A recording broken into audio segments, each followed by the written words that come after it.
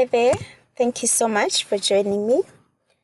Hope your studies are going well and you're hanging in there because it is worth it at the end of it all. I know that this is a difficult time for most of us. My name is Mparahlele and I am going to be taking you through Section 19 of the Income Tax Act together with paragraph 12 cap A of the 8th Schedule to the Income Tax Act. But before I go into the legislation, I just want us to go through some background behind Section 19. What is the reason for Section 19?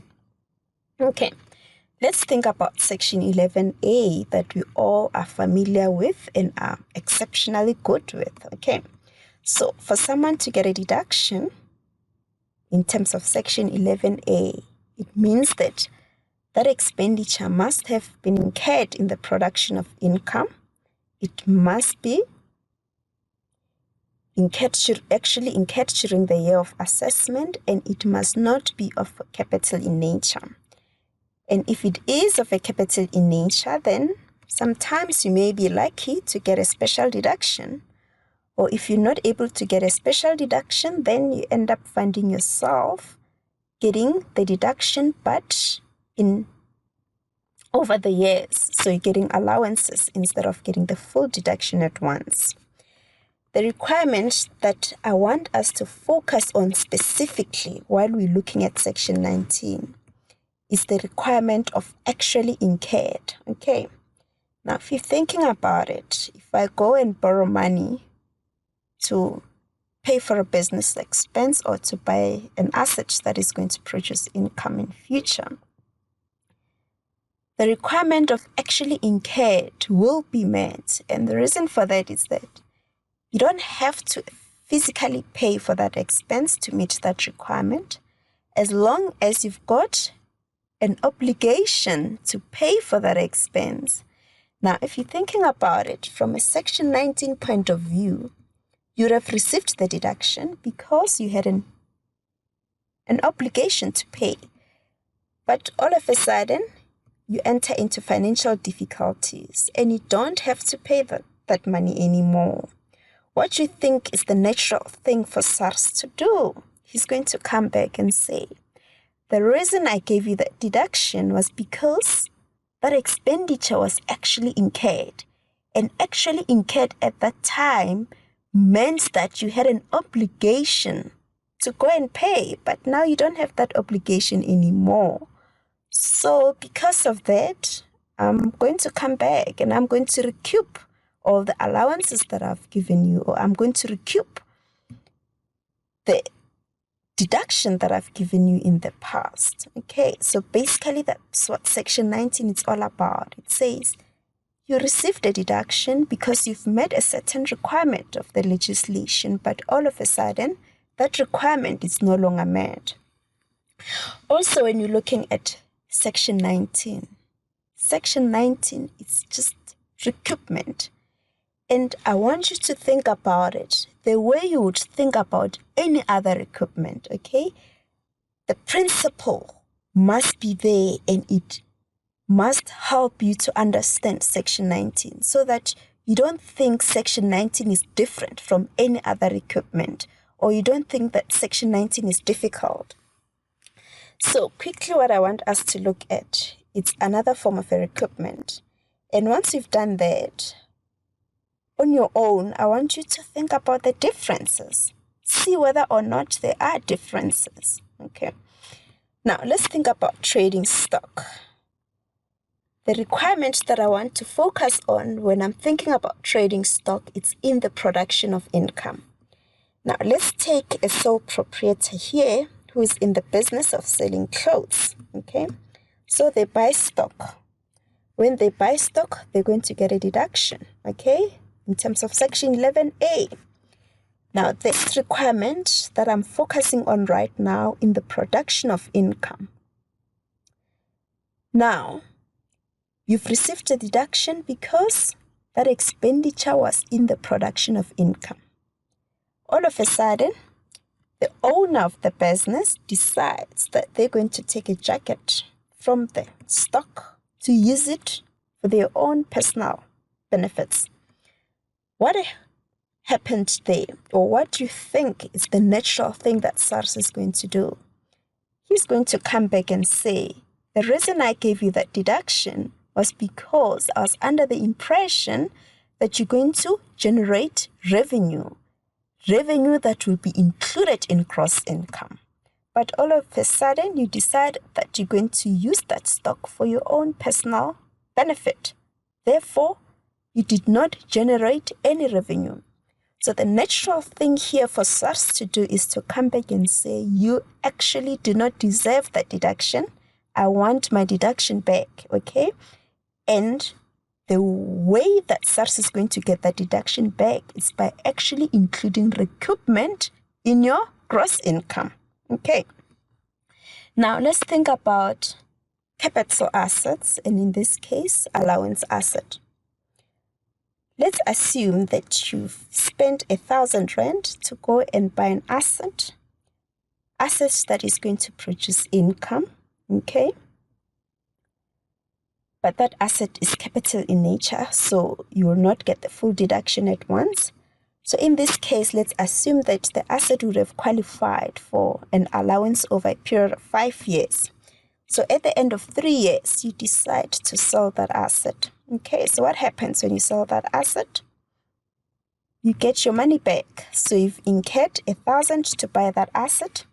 After 3 years, you go and sell that asset for 1,000. Okay, so what is SARS going to do in this case? He said, the reason I gave you the deduction was because you've incurred 1,000. So you've got your 1,000 back. So you have not incurred anything. And therefore, I need to recoup my allowances. But what I want you to pay particular attention to here is that he is not going to recoup the full 1,000. Why? The reason is simple. Because SARS will only recoup what he has given you as a deduction or as an allowance. So in this case, you've only received allowances for a period of 3 years, not 5 years. So the recoupment will only be 600 rand and not the full 1,000 rand. Okay, that is why you'll see most of the time when you calculate recoupment, we always say proceeds limited to cost. I know some of you memorized that as a formula, but the reason for saying proceeds limited to cost, it's because we're saying that you can never get allowances beyond the cost that you have actually incurred.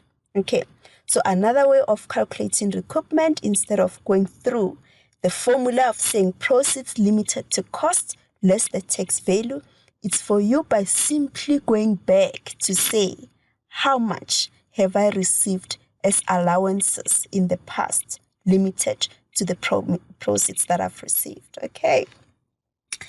Now that we have a understanding of why Section 19 is there, I want us to go through the actual legislation now. Okay. When is Section 19 applicable? Okay.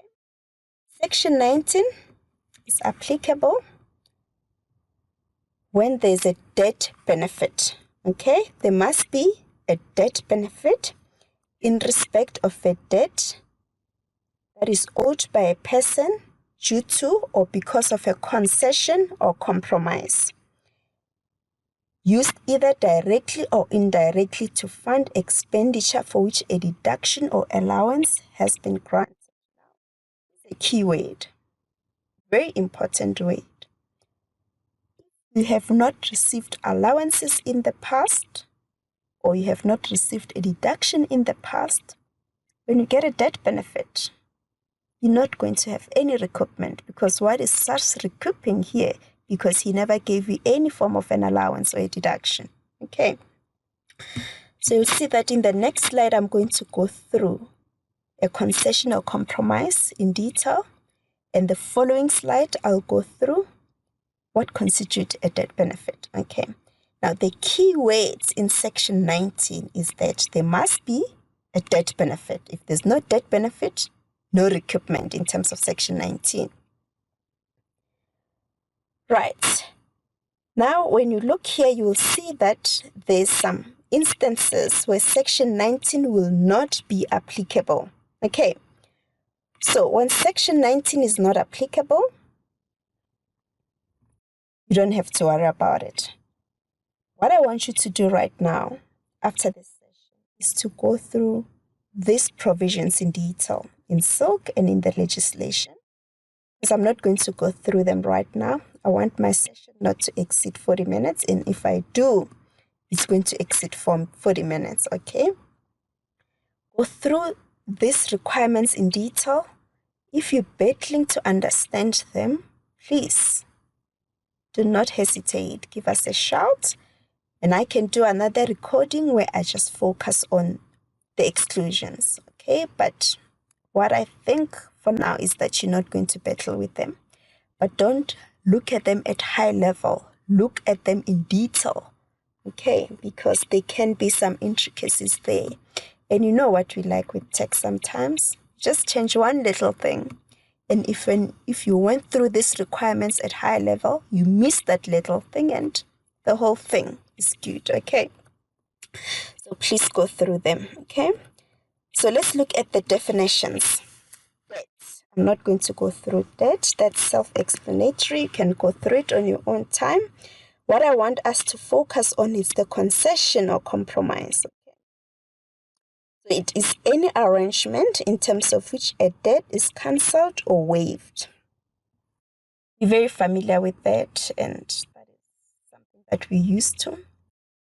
Or a debt is extinguished by the redemption of that debt by the debtor, or a measure where the debtor acquires the claim in respect of that debt. So, a concession is not only when the debt is fully cancelled. It can still arise in a situation where you still make some form of payment, okay? Or a debt owed by a company is settled directly or indirectly by conversion or exchange for shares in that company, or by applying the proceeds of shares issued by that company. That is a usual phenomenon, isn't it?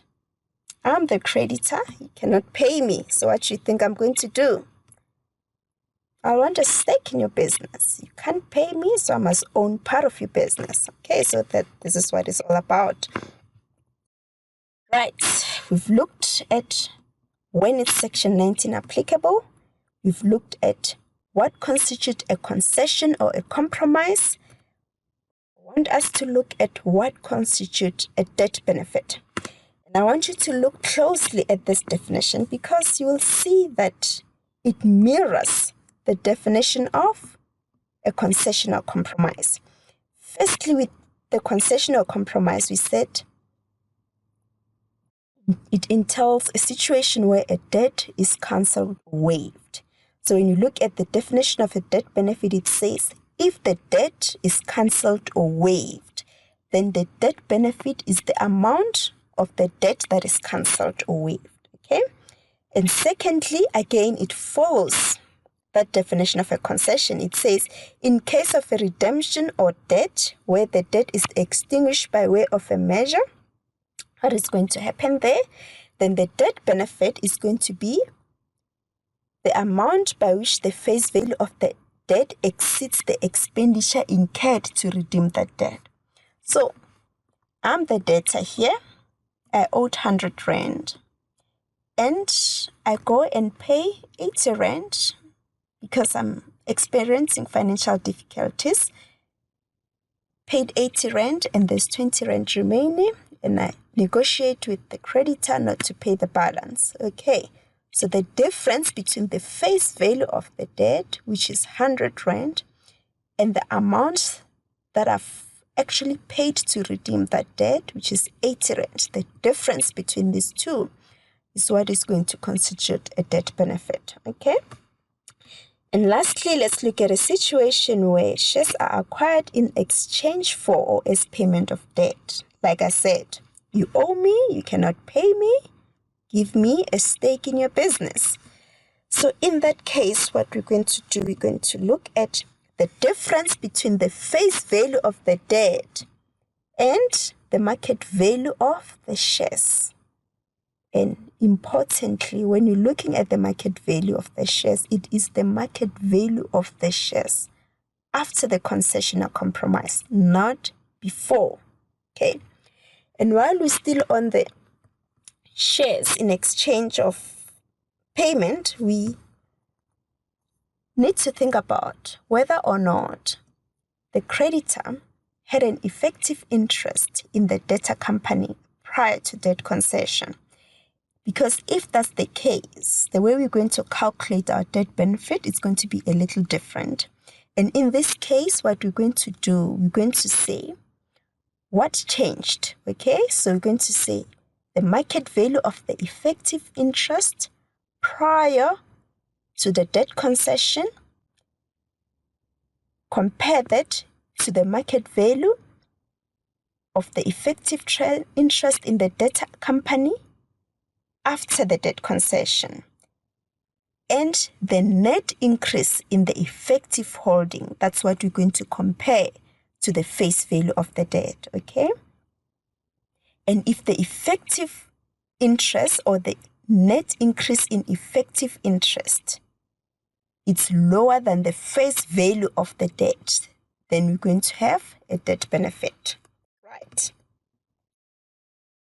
I think it's clear now what constitutes a debt benefit. It's clear now what a concession or a compromise is. And importantly, it is clear when Section 19 is going to be applicable. I'm going to remind you again, because this is important, go through the exclusions to Section 19, right? Great. So let's quickly look at Section 9. Let's quickly look at paragraph 12, cap A. You'll see that once you understand Section 19, then paragraph 12, cap A becomes a breeze, right? Because a lot of these provisions pretty much similar, okay? Firstly, paragraph 12, cap A will be applicable when you're dealing with a capital asset. Because remember, with Section 19, the recoupment does not cater for example, when you've got a capital asset where you did not receive allowances, okay? But paragraph 12, cap A will cater for that asset. Similarly, what you're going to see with paragraph 12, cap A is that first you need to apply the provisions of paragraph 12, cap A before you can go into the provisions of Section 19. So you'll find situations where paragraph 12, cap A is applicable together with Section 19. But you'll also find situations where Section 19 is only applicable and paragraph 12, cap A is not applicable, okay? Or you can also find situations where paragraph 12, cap A is applicable and Section 19 is not applicable, okay? You will see that in a moment. Right. So with paragraph 12, cap A, you're also going to ask yourself, is there a debt benefit? Yes. Is the debt benefit specifically excluded from the provisions of paragraph 12, cap A? Aha. Can you see? There's also exclusions in paragraph 12, cap A. But what you'll also see here is that even though these exclusions may be a little different from the exclusion of Section 19, in the main, they are the same, okay? So, again, here I want you to go through the exclusions on your own, through Silk and the legislation. And if you're battling with it, give me a shout and I'll do a recording for these exclusions. But I'm telling you now, you're not going to battle with them, okay? Right. So, again, we're also going to ask ourselves, what was the debt used for? Okay, so if it was used for a capital asset or an allowance asset, then paragraph 12, cap A is going to be applicable. And it makes sense, isn't it? Because Where do we find paragraph 12 cap A? We find it in the 8th schedule. And what does 8th schedule deals with? It mainly deals with capital assets, okay? So, in this case, if it's a capital asset or an allowance asset, paragraph 12 cap A will take preference. So we'll first apply paragraph 12 cap A, and if there's any amount remaining of the debt benefit, then we can go to section 19. That's very important. Very important. First, apply provisions of paragraph 12 cap A before you can go to section 19, okay? And if the debt was used for a tax-deductible expenditure that has got nothing to do with a capital asset, you are not going to use paragraph 12 cap A, but you're going to use section 19 only. Can you see what I was talking about? Where I was saying there will be situations where paragraph 12 cap A is applicable and where it's not applicable. So in this case, if it's the debt was used for the purpose of a tax-deductible expenditure, you're going to apply section 19 and you're not going to apply paragraph 12 cap A. Right. Okay, so I'm not going to go through this. I'm not going to go through this. Let's look at this table. This table is a good summary of section 19 and paragraph 12 cap A. Before I continue with this table, I want to speak to those students who are repeating CTA. There has been changes, okay? And you will see that in this case, the changes are highlighted in red, okay? When you see red, it's where we have changes. So my advice to you here is that don't even try to go and do similarities and comparison of what's new, what's not new. Just learn the new provisions, okay? And this table becomes even more important, for example, when the question is asking you to provide references to the legislation, okay? Because if it asks you to provide references to the legislation, it means you want to see the correct reference. You cannot use 19.5 instead of 19.4 and things like that, okay? Firstly, I want to start with section 19, and I want to look at the deductible expenditure. Okay, so in instances where the debt was used for the purposes of acquiring a tax-deductible expense and or trading stock already sold at the time of the benefit. Now, this is what is new, right? That's what is added to the legislation. You're going to apply section 19.5 together with section 8.4a. When the debt was used for a tax-deductible expense or trading stock that was sold at the time of the debt benefit. Secondly, you can have a situation where you've purchased trading stock and that trading stock is on hand, okay?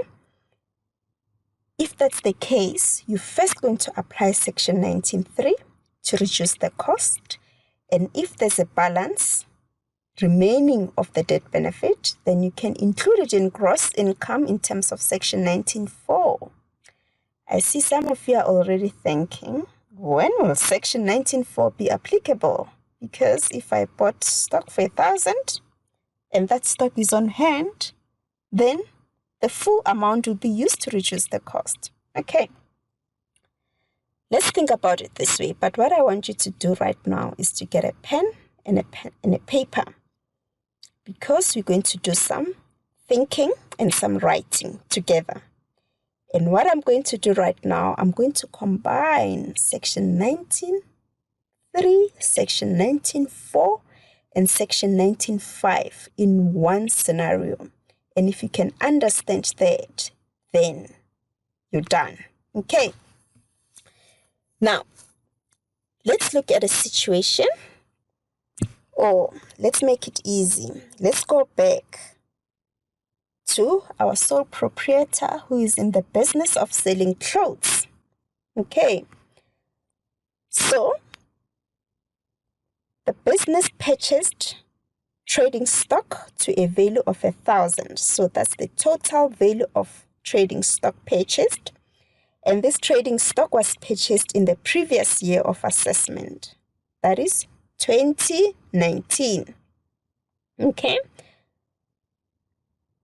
In the same year, the business sold the stock to a value of 500,000. So there's trading stock of 500,000 that costs 500,000 that is on hand. Okay, so what would have happened there from a tax point of view? You would have received a deduction of 1,000 in terms of section 11A, but because the stock is still on hand at the end of the year, you're going to have recoupment in terms of section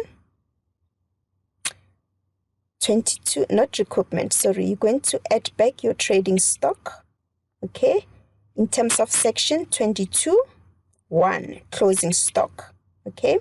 What are we doing there? We're matching the income and the expense. Right, I'm going to add something to that scenario. Now, let's assume that because of change in fashion, the market value of that stock, it's no longer 1,000, okay? And it's now sitting at, the market value of that stock that is on hand, which is 500, it's no longer 500, but it is 400, okay?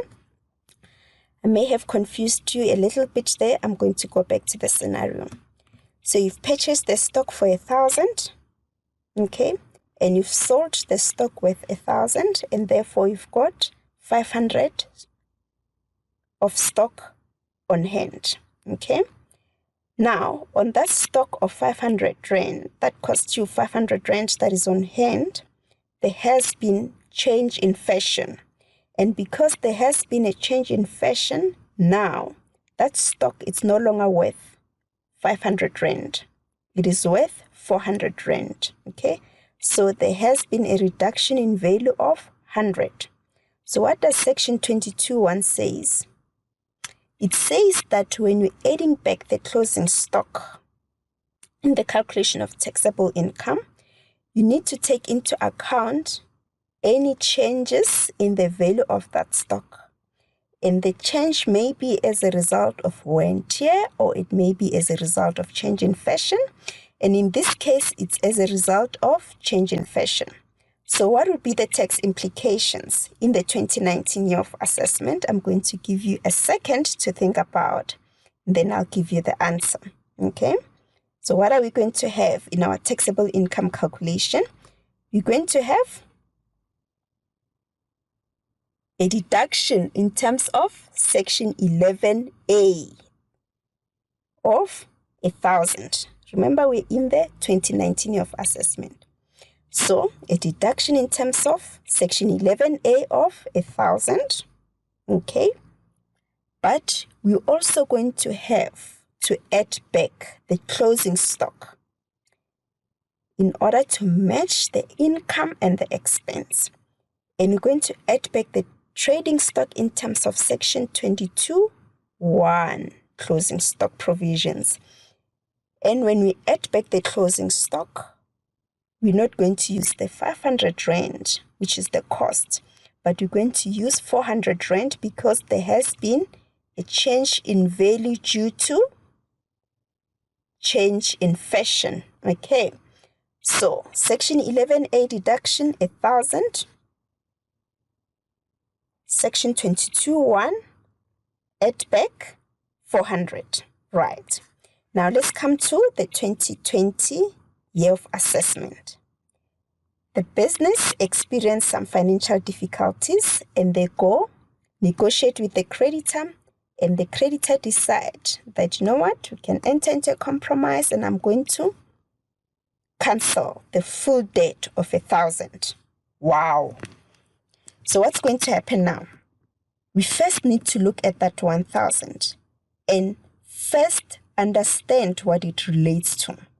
So, the first 500 rand will relate to the stock that is no longer on hand. So that is the stock that has been sold. And in that regard, which section are we going to use? We're going to use section 19.5, okay? And then the other portion of the debt benefit, which is 500, relates to the stock that is on hand, okay? And that stock that is on hand, it's now sitting at 400 instead of 500, okay? So what are we going to do? We first need to apply the debt benefit to the cost to reduce the cost. So our cost in this case, which is now sitting as section 22.2 opening stock, is now 400, okay? So we will reduce that cost by 400 and we'll be reducing that cost in terms of section 19.3. Yes. And we do have a balance this time. And the balance is 100. And what does the 100 relate to? That reduction in the value of stock. So then we're going to take that 100 rand and include it in our gross income in terms of section 19.4 and 84A. Can you see what just happened here? We have combined the provisions of section 19.5, section 19.3, and section 19.4 in one example. But if you still don't get it, do not worry, because later on in the next session, I'm going to do practical examples. Okay. Right. So now let's look at paragraph 12, cap A. Wow, we're almost there. This is the last thing that I'm going to do with you, and I'm going to give you a break. Okay. Quite a number of changes there as well. I'm sure you can appreciate that. Everything that is in red there, something that is new or something that has been changed. All right. When you're looking at paragraph 12, cap A, remember, go back to the previous slide. We said you first need to ask yourself, what was the debt used for? If it was used for a capital asset, you need to also ask yourself whether or not that capital asset was an allowance asset or not an allowance asset. We're going to start with a situation where the debt was used to acquire an allowance asset. Right. Now, first of all, which is something that is different, that was not there in the previous year, you first need to ask yourself whether or not the asset is on hand. So if the asset is on hand, then your life is easier, isn't it? Okay, because you're simply going to apply the provisions exactly the way we used to apply them. So what are we going to do? We're going to reduce the base cost of the asset with the amount of the debt benefit. And if there's an excess remaining after we've reduced the base cost to 0, then we're going to include that amount in gross income in terms of section 19.6. Aha, can you see?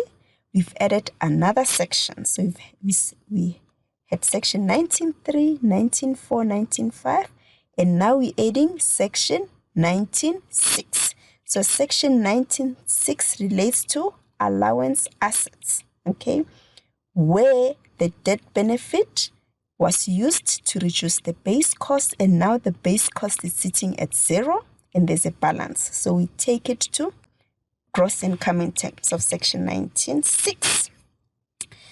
Okay, so what about a situation where the asset is no longer on hand? Okay, so I bought the capital asset a few years ago, and in the previous year of assessment, which is 2019, the asset is now sold, okay, and we're sitting in 2020, okay, and we enter into financial difficulties in 2020. We negotiate with the creditor and we enter into a compromise, and voila, we don't have to pay anything. Okay, what happens then? Very complicated, isn't it? Now what we need to do, we need to say, okay, fine, let's go back and pretend as if we received the debt benefit in the year that the asset was sold. Okay? And what we're going to do, we're going to calculate the recoupment in 2019 with the debt benefit and without the debt benefit. And the difference between the two recoupments is what we're going to include in our gross income, okay, in terms of section 19(6) cap A. Right. And also, we need not forget about capital gains, because it's possible that when we sold that asset, we may have had a capital gain or we may have had a capital loss. So what are we going to do in that case? Do the same thing. Calculate the capital gain, okay, without the debt benefit, which means it's the actual capital gain that was calculated when the asset was sold. Recalculate the capital gain or loss with the debt benefit in place, pretending that the debt benefit was received in the year that the asset was sold. And what we're going to do, we're going to compare the two, and the difference will be used to either increase the capital gain or reduce the capital loss. Right. Don't worry if you didn't get it. Listen to it over and over again. That's the benefit of having a recording. And later on, we'll do examples, okay? And everything is just going to make sense. What happens now when you have a capital asset that is not an allowance asset? You're going to do the same thing. Was the asset still on hand during the current year of assessment when the debt benefit arose? And if that's the case, easy. You reduce the base cost with the benefit, debt benefit, okay? And that's it. Don't have to worry about anything else. But if the asset was sold, okay, then what are you going to do? You're going to do the same thing that you've done with an allowance asset. You're going to calculate the capital gain with the debt benefit in place, assuming that the debt benefit would have taken place in the year that the asset was disposed of, and also calculate the capital gain without the debt benefit.